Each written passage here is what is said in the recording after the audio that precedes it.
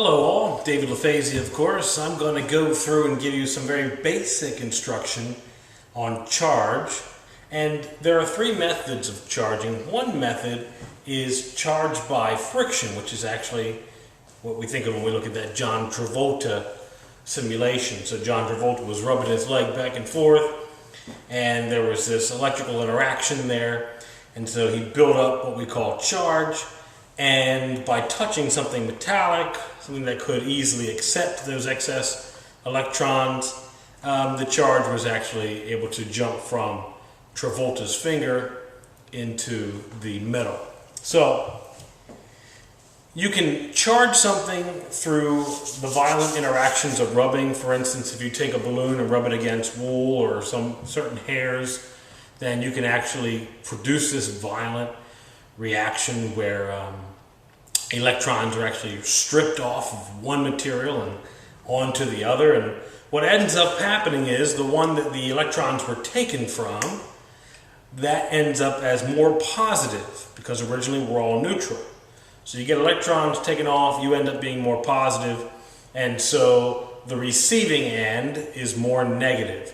And we always consider the electrons, that very free particle, to be what is doing the moving. So we do the same thing in electrical circuits.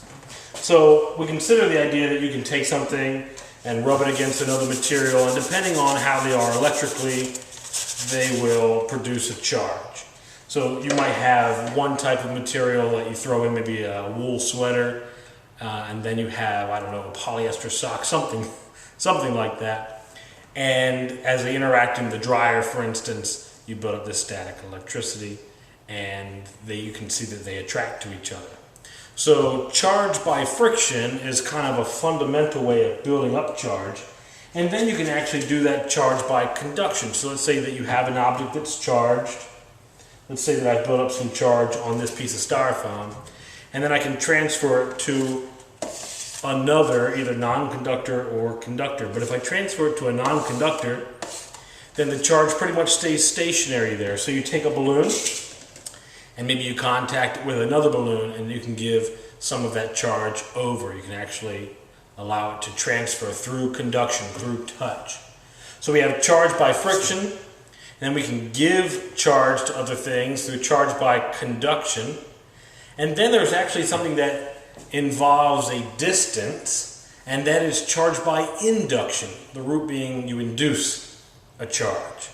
And you've seen this in the simulations, or you will shortly. Basically, you take something that's charged and you bring it towards an uncharged object, and the electrons are very free. So they're able to move about in what we kind of consider an electron cloud, if you will.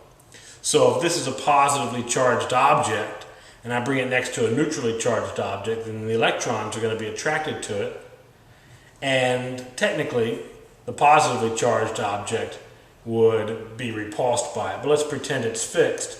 So I move it closer, the negative portion is somewhat oriented towards the positive charge.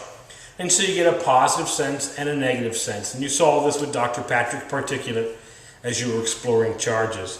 So I'll show you a couple examples of that. This is a little mini Van de Graaff generator. And the Van de Graaff generator uses the idea of charge by friction and charge by conduction in order to build up a charge here on the end. And if I do that,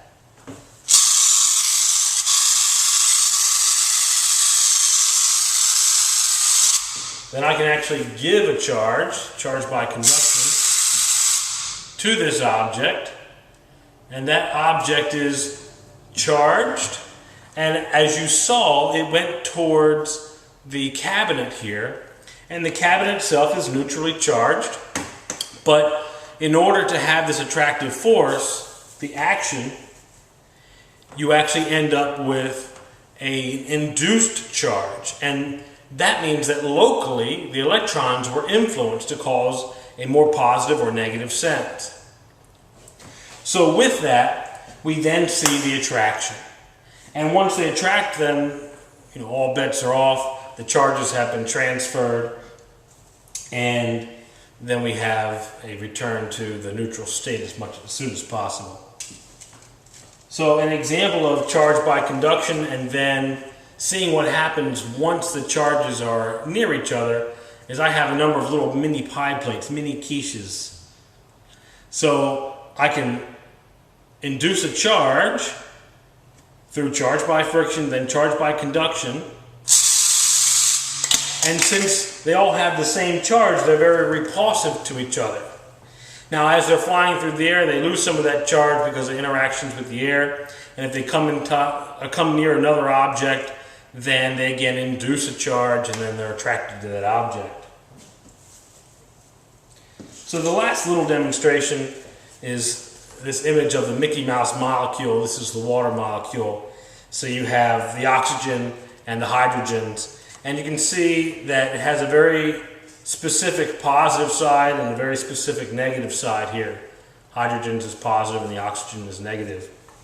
And one of the advantages of this is that I can then use that. I can create a little stream of water.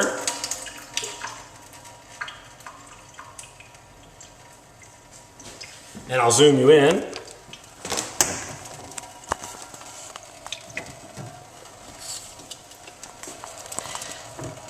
And I can induce a change by actually reorienting the molecule. So I have a little bit of charge built up here.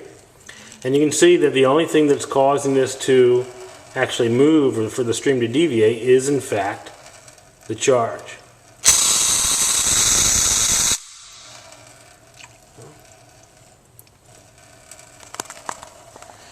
So we have the three methods of charging: charge through friction, charging through conduction, and then the very interesting charge through induction.